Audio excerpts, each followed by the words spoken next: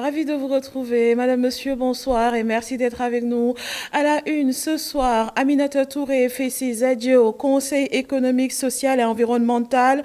Un discours de revoir axé sur sa politique et sur des remerciements, sans aucune mention du chef de l'État, Macky Sall. Andjov PADS se prononce sur l'actualité politique et qualifie la nomination de Idrissa Seck de combine politique. Boubacar Dia nous fera le compte-rendu de leur point de presse dans cette édition.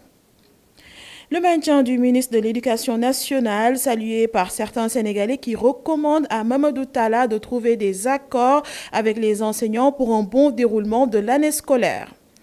Et dans notre fenêtre consacrée à la présidentielle américaine, nous retrouverons Dame Babou, journaliste sénégalais basé aux États-Unis.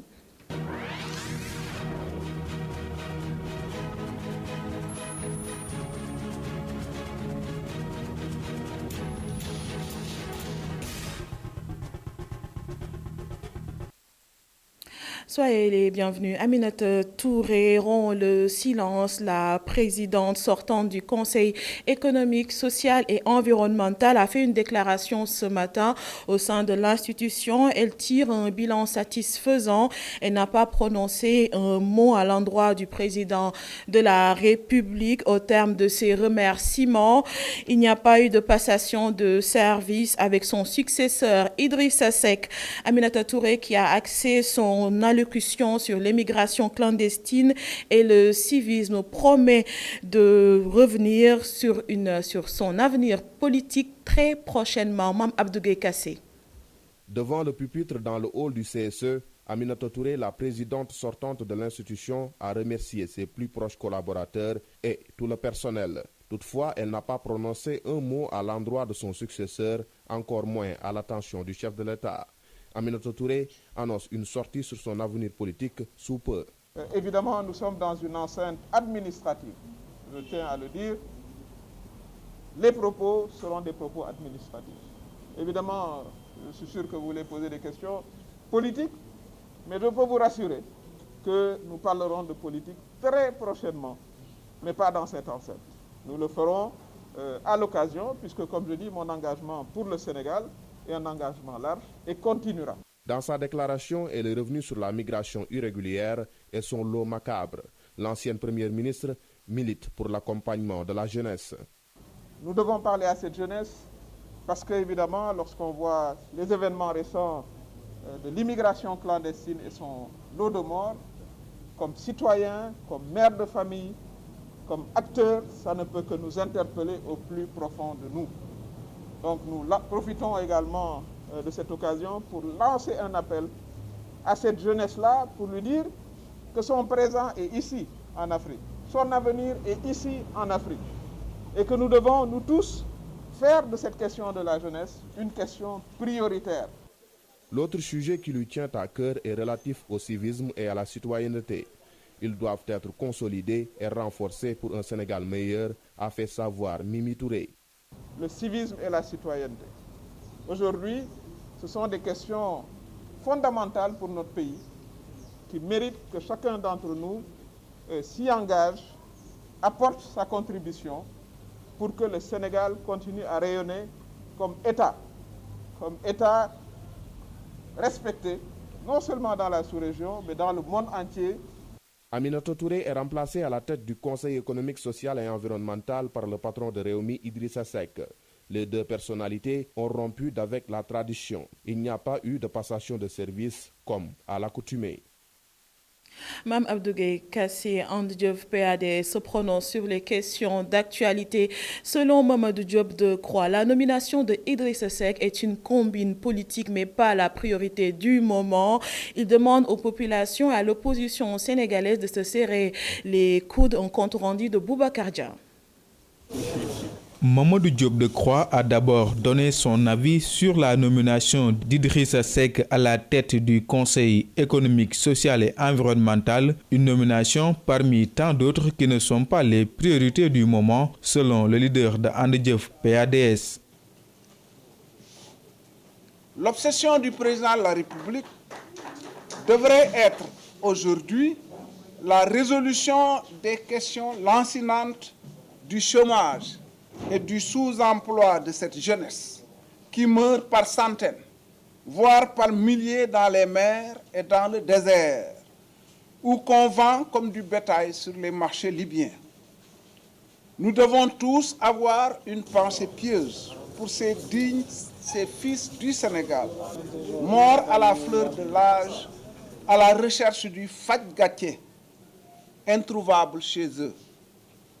Je présente mes sincères condoléances à leurs familles respectives et au peuple sénégalais tout entier.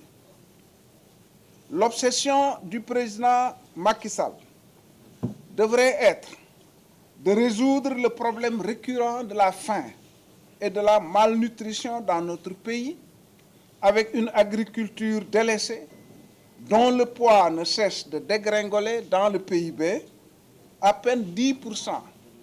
Cette agriculture, aujourd'hui, contre 15% en 2012, il y a 8 ans, là où des pays africains font des taux de 30% ou plus de leur agriculture dans leur produit intérieur brut. Face aux défis du moment, Diop Decroix préconise une union de toutes les forces. Nous avons le devoir et les opportunités pour améliorer notablement le sort de nos compatriotes ici et maintenant. Les ressources naturelles du pays le permettent largement et les ressources humaines sont de qualité. Mais pour y parvenir, il faut que toutes les forces politiques, économiques et sociales, c'est-à-dire l'écrasante majorité du peuple sénégalais qui ne se retrouve pas dans la politique en cours, se saignent les reins, s'organisent et acceptent l'idée que le Tout-Puissant ne viendra pas résoudre nos difficultés à notre place. And Jëf PADS appelle aussi l'opposition à faire bloc pour anticiper sur les questions électorales en vue. Quant à l'opposition, il lui faudra trouver des formes plus élaborées d'unité d'action, particulièrement sur la question des élections, tout en se tenant plus fermement aux côtés des populations dans leur combat quotidien pour l'emploi et pour le pain, pour la protection de leur environnement et de leurs ressources en général. Pour Mamadou Diop Decroix, les conclusions du dialogue national ne sont pas à la base des changements apportés dans le gouvernement. Le nouveau ministre des Mines et de la Géologie a officiellement pris fonction dans ses bureaux de la sphère ministérielle Ousmane Tanor Dieng de Diamniadio. C'est une cérémonie sobre qui a réuni la ministre sortante Sophie Gladima Siby et le nouveau ministre Omar Sarr, qui a évoqué dans son discours les raisons qui ont poussé sa formation politique à rejoindre le gouvernement. Au compte rendu de Babacar Seck. C'est dans la plus grande sobriété que s'est déroulée la passation de service au ministère des Mines et de la Géologie. Sophie Gladima, ministre sortante, a axé son discours sur la paix et la stabilité et a salué la participation de Omar Sarr dans l'attelage gouvernemental. Que vraiment, cette acceptation de toutes les personnes qui hier peut-être n'étaient pas avec nous, qui ont accepté de venir soutenir pour l'intérêt national, que vraiment cette paix, le Seigneur nous le donne et que cette paix, vraiment qu'on a envie au Sénégal, puisse s'étendre au-delà du Sénégal, que nos frères maliens, que nos frères guinéens, nos frères burkinabés retrouvent cette paix. Parce que c'est très important. On ne peut pas développer un pays dans la violence. On a beau avoir le pétrole, on a beau avoir les mines, si on n'a pas la paix, on n'aura rien. Et il est important, aujourd'hui, je dis que les pétroles, c'est également les mines. Je suis ta sœur, je ne suis pas partie, je suis encore là avec vous. Et donc, n'hésitez pas, mes portes vous sont ouvertes. Omar Sarr, le tout nouveau ministre des Mines et de la Géologie, a justifié la participation de son parti au gouvernement par le besoin de stabilité et d'unité du pays.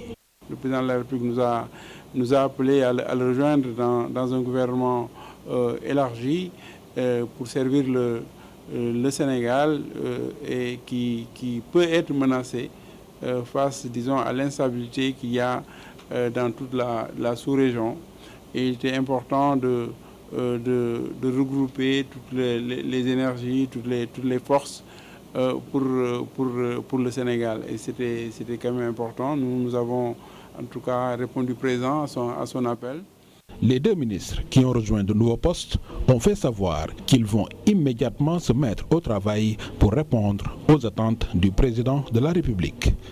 Conduction de Mamadou Talla à la tête du ministère de l'Éducation, les Sénégalais rencontrés apprécient. Il appelle le ministre à améliorer le travail, surtout après que l'année scolaire 2019-2020 soit perturbée par la pandémie. Il demande aussi à Mamadou Talla de trouver des accords avec les enseignants sur leurs différentes revendications, reportage de Aminata Ba. Dans cette école, à Yoff, le directeur a magnifié le travail des autorités en charge de l'éducation ces dernières années. Un changement de ministre qui aurait été incompréhensible selon lui. C'est une bonne chose. La continuité, moi je l'ai bien apprécié. Parce que si la rupture, on est à quelques encablures de l'ouverture. Quand il y a changement de ministre, le temps que celui-ci s'imprègne des dossiers, ça va prendre un peu de temps. Je pense que ça, c'est une très bonne chose qu'il soit reconduit. Après Yoff, la Médina, où nous avons rencontré ce parent d'élèves, il invite le ministre de l'Éducation, qui a été reconduit, à faire beaucoup plus d'efforts pour venir en soutien aux parents d'élèves.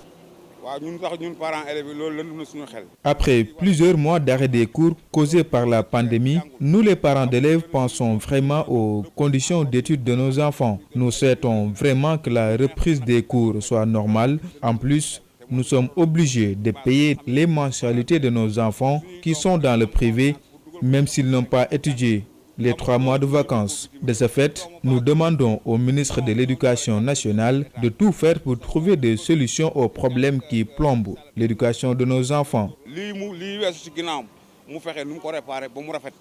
Un autre chef de famille demande à Mamadou Talla de privilégier le dialogue avec les syndicats des enseignants. Nous, pères de famille, qui ont des enfants dans le cycle secondaire et dans le moyen et l'élémentaire, donc on attend plus de lui. Le respect des accords avec les syndicats des enseignants, parce que là c'est un problème. Donc on demande au ministre de respecter les accords avec le syndicat des enseignants. L'ouverture des classes est prévue dans moins de 10 jours. Un prétexte pour ces parents d'élèves interrogés de lancer de nouvelles interpellations à l'endroit du ministre qui a été reconduit dans ses fonctions pour une année scolaire apaisée. Des motards dans les missions de secours des sapeurs-pompiers de Dakar, une grande innovation des soldats du feu dans le cadre des opérations de secours qu'ils effectuent quotidiennement. Ces motos vont permettre une intervention plus rapide des secouristes. Ainsi, les nouveaux motards des sapeurs-pompiers pourront prodiguer les premiers soins d'urgence aux patients et autres victimes, ce qui permettra certainement de sauver encore plus de vies. Un reportage de Awa Diopsen. C'est un matin comme les autres, ici à la caserne des sapeurs-pompiers Maliksi au centre de la capitale sénégalaise. Regroupement des troupes, maintenance, des matériels de travail entre autres réglages. Récemment, la caserne s'est dotée de motos de dernière génération hyper équipées. Il s'agit de motos de dernière génération et hyper équipées. D'abord de 2 secouristes. Nous avons le motard et un infirmier. Donc le motard, comme son nom l'indique, il se charge donc de la conduite de la moto. Et puis l'infirmier, le binôme. Tout d'abord, il a déjà sa trousse de secours portée au dos. Et derrière la moto, vous avez bien une autre trousse d'urgence à l'intérieur de laquelle il y a tout le nécessaire pour la prise en charge des victimes d'accidents de la circulation et autres périls. Parallèlement à cette trousse de secours, vous avez de part et d'autre, derrière la moto, 2 extincteurs donc pour les débuts de feu, particulièrement au niveau des véhicules. Des routiers qui viennent relever ou faire face à une contrainte majeure liée à leur mission quotidienne de sauvetage, les gros embouteillages. Ces motos permettront tout d'abord d'avoir une intervention plus rapide et ensuite une prise en charge efficiente donc des victimes parce que ça nous permet aujourd'hui, quelque part où les embouteillages sont monstres, particulièrement dans la région de Dakar, d'anticiper comme élément léger d'intervention léger, rapide donc sur les lieux, prendre en charge les victimes en attendant l'arrivée des ambulances pour le relais de la prise en charge. Mais ce n'est pas n'importe quel soldat du feu qui peut manier ces motards. Une unité spéciale a été formée pour cela, nous dit le capitaine Jay. Nous avons mis en place donc cette unité d'intervention rapide, donc constituée de motards, qui aujourd'hui constitue une unité d'élite qui a été formée par la gendarmerie nationale. Donc aujourd'hui, nous profitons de cette occasion pour encore remercier nos frères d'armes de la gendarmerie nationale qui ont bien voulu nous faire bénéficier donc de cette formation. Donc aujourd'hui, comprenez par là qu'il n'est pas donné à n'importe quel sapeur-pompier même donc de prendre part à cette unité. En plus des véhicules d'intervention, les motards des pompiers sont tous les jours déployés dans les zones dites endémiques. Une façon pour la brigade des sapeurs-pompiers de Dakar de répondre à tout moment à l'appel du devoir, sauver des vies.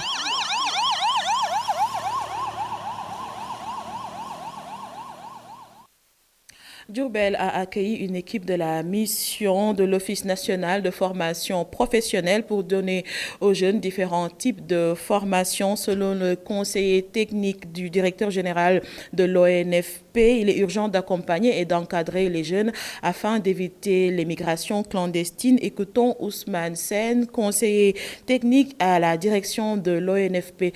Propos recueillis par Gorendaklo et Ousmane Tiernefaye.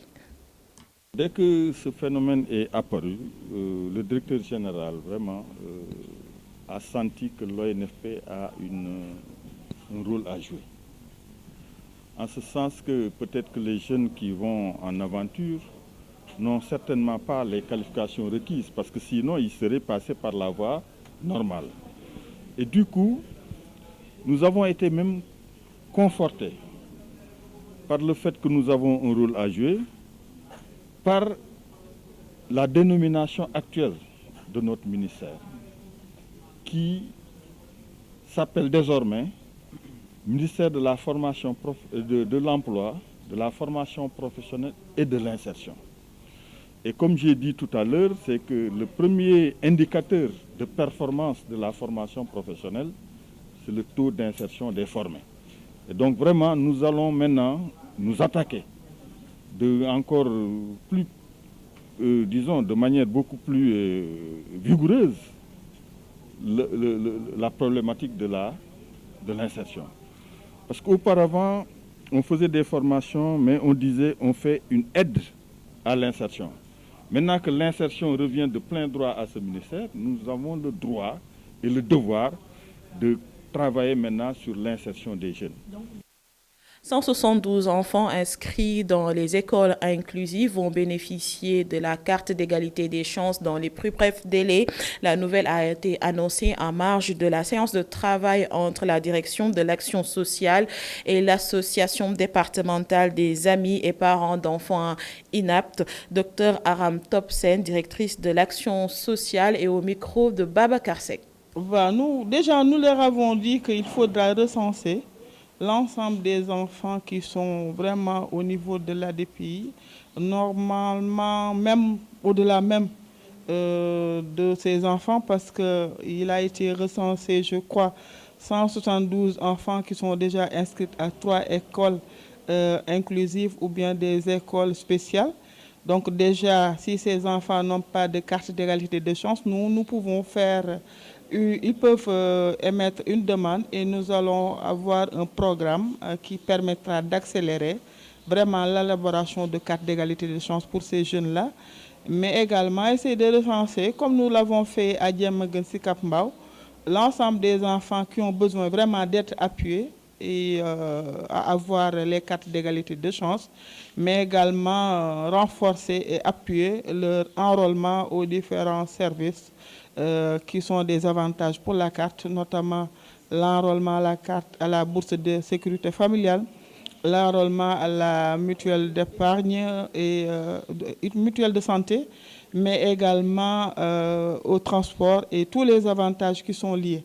En tout cas, Comment transformer l'informel au Sénégal? La question était au cœur du débat de la matinale de e-radio. Pour El Hadj Mounirou Ndiaye, il faut plutôt parler de restructuration et non de transformation. Le spécialiste de l'économie industrielle se dit favorable au contrôle strict du secteur informel qui a besoin d'accompagnement de l'État. El Hadj Mounirou Ndiaye est au micro de Babacar Fall. Nous comprenons parfaitement ce que le président veut dire en parlant de transformation. Nous aurions préféré un autre terme, parce que transformation, le secteur informel, c'est le secteur informel. Que cela soit au Canada, en France, aux États-Unis, c'est le secteur informel. L'État met dans le secteur informel tout ce qu'il ne peut pas contrôler. Donc il est question de contrôle. Maintenant, contrôle dans quel sens? Parce qu'au Sénégal, si les entreprises refusent de se formaliser, c'est par rapport donc à ce terme de contrôle. Mais contrôle dans quel sens? On les contrôle pour deux choses. On les contrôle pour qu'ils puissent contribuer aux efforts collectifs de taxation de ressources publiques, mais également on les contrôle pour pouvoir savoir leurs difficultés afin de les accompagner. Donc en tout et pour tout, c'est le secteur informel qui gagne quand l'État est là pour les accompagner. Je pense que nous comprenons ce que l'État veut dire. Donc il aurait été peut-être mieux de dire restructuration en mettant deux éléments. Élément formalisation de ce qu'on peut formaliser, élément accompagnement dans une stratégie globale maintenant qui va intégrer les PME, PMI pour voir comment globalement on pourra faire contribuer toutes les entreprises sénégalaises, que ce soit des entreprises informelles ou des entreprises formelles, pour contribuer à l'effort collectif. Vous ne pouvez pas demander à un jeune d'aller cultiver de l'oignon tout en laissant à l'oignon espagnol et hollandais prospérer dans le pays, ou bien demander à des jeunes d'aller cultiver du riz en laissant le riz thaïlandais venir occuper le marché. Je pense qu'il y a une certaine protection à faire au préalable. Si aujourd'hui beaucoup de lignes de financement ont été ouvertes et que beaucoup de projets échouent, parce que ce sont les statistiques qui disent ça, au Sénégal, 80% des industries naissantes disparaissent au bout de 2 ans. Il faudrait aujourd'hui avoir une approche globale pour avoir deux éléments. Le premier élément, c'est protéger l'économie du pays. Deuxième élément, c'est de permettre aux jeunes d'accéder équitablement à l'encadrement de l'État, à l'accompagnement de l'État. L'autre hôte de la matinale, le directeur de l'apprentissage au ministère de l'Emploi et de la formation professionnelle, magnifie la décision du chef de l'État de mettre sur pied un département consacré entièrement à l'artisanat. Professeur Ousmane Adamadja précise que 97% des entreprises relèvent du secteur de l'artisanat. Pour lui, il faut faire de l'artisanat le levier de l'économie sénégalaise. Professeur Ousmane Adamadja est également interrogé par Babacar Fall. Le président de la République a pris une excellente mesure. C'est une mesure qui va dans le sens, à mon avis, de la relance économique qui a été posée et qui va être prise en charge à travers le PAP 2A, PAP ajusté et accéléré. Et ça, je pense que le Covid aussi, comme enseignement et principale leçon, a permis au pays en fait de se repositionner, et que chaque pays aujourd'hui doit compter sur lui-même, sur son propre potentiel avant de compter sur les autres. Ça, le président de la République l'a compris. Ensuite, il a écouté et entendu les artisans qui ont toujours revendiqué un ministère plein, un ministère de souveraineté, comme il y a un ministère de l'agriculture, un ministère de la pêche, pourquoi pas un ministère de l'artisanat, parce que l'artisanat est un secteur économique. Et puis c'est le secteur économique qui est dominant, le secteur informel, dominant dans l'économie sénégalaise. 50% de création de richesse et du PIB, c'est le secteur artisanal. 97% des entreprises au Sénégal relèvent du secteur artisanal. Plus de 40% de création d'emplois, c'est le secteur artisanal. Donc c'est un secteur qui est le levier de l'émergence. Donc c'est pour cela, à mon avis, le président a pris l'excellente mesure. Maintenant, il reste au ministère qui va être mis en place, à mon avis, d'en profiter et de poser les jalons, disons, d'une croissance, d'une organisation, d'une structuration du secteur informel, pour qu'il sorte un peu de l'informalité et qu'on ait une transition vers l'économie formelle. Parlons de la présidentielle américaine. Joe Biden aux portes de la Maison-Blanche. Si les tendances de la Géorgie se confirment, les dénonciations de fraude de Donald Trump sont choquantes, mais sans surprise, nous dit Dame Babou, journaliste sénégalais basé aux États-Unis. Je vous propose de l'écouter. Ce qu'on peut dire pour cette élection présidentielle, c'est que Donald Trump n'a presque plus de sens de gagner. On peut dire que si cela se confirme, qu'il va perdre la Géorgie et il va perdre probablement la Pennsylvanie. C'est fini, il n'a plus aucun moyen de revenir. Mais dans des circonstances comme ça, l'Amérique, la tradition voudrait qu'il se présente et déclarer qu'il a accepté sa défaite et féliciter Joe Biden. Mais tout le monde sait qu'il ne le fera pas. Sa déclaration d'hier l'a prouvé parce qu'il continue à déclarer. Il continue à prétendre qu'il y a des micmacs et qu'on veut lui voler sa victoire. Et ce qui est cocasse, c'est que l'État qu'il vient de perdre ou sur le point de le perdre, qui est la Géorgie, le gouverneur est un supporter fervent de Donald Trump, un républicain. L'attorney général, ça veut dire le procureur, est un supporter de Donald Trump, donc un républicain fervent. Et le secrétaire d'État qui s'occupe de l'organisation de l'élection est également un républicain. Donc il ne peut pas prétendre que c'est un complot contre lui, et il le sait très bien.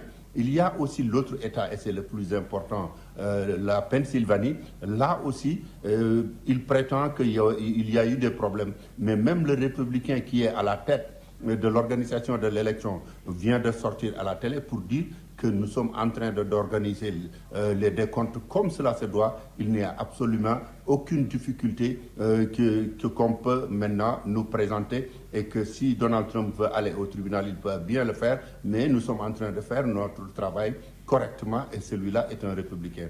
Mais la déclaration de Donald Trump, elle a certes choqué, mais elle n'a pas surpris, parce que depuis des semaines, il disait déjà que le vote par correspondance est un moyen pour confisquer sa victoire, parce qu'il savait que les républicains, de manière générale, votent le jour même de l'élection, alors que beaucoup de démocrates, des millions de démocrates, étaient en train de voter par courrier. Non seulement c'est un problème de commodité, mais aussi il y a la peur de cette pandémie de la Covid-19, alors que Donald Trump, sachant que ce vote-là risquait de le faire perdre son pouvoir, il avait commencé déjà à dénoncer cette pratique, et ce qui lui a coûté probablement la Géorgie, et ce qui est en train de lui coûter la Pennsylvanie, alors que pour Joe Biden, la Pennsylvanie à elle seule, avec ses 20 délégués, lui suffisent, parce qu'il est déjà à 253. Même les autres États où il est en avance, 3 à 4, il peut pratiquement ne pas en tenir compte. S'il gagne la Pennsylvanie, s'il gagne la Floride, s'il gagne la Géorgie, c'est encore mieux pour lui. Donc aujourd'hui, Donald Trump risque d'amener des troubles, parce que d'après les informations des journalistes des télévisions, même son entourage lui avait demandé de ne pas faire la déclaration incendiaire qu'elle a faite hier. Il y a déjà même des leaders du Parti républicain qui viennent de le dénoncer, qui lui disent que ce n'est pas à vous de déclarer le résultat de l'élection. Il y a des organismes pour ce faire, mais Donald Trump apparemment n'est pas décidé à accepter qu'il a perdu le pouvoir. Fin de ce journal. Merci à vous de l'avoir suivi. À suivre à 21h45 une édition spéciale sur le nouveau gouvernement, les choix de Macky Sall à la loupe par Khalifa Diarasté et ses invités. Très bonne soirée sur ITV et à demain pour un autre journal.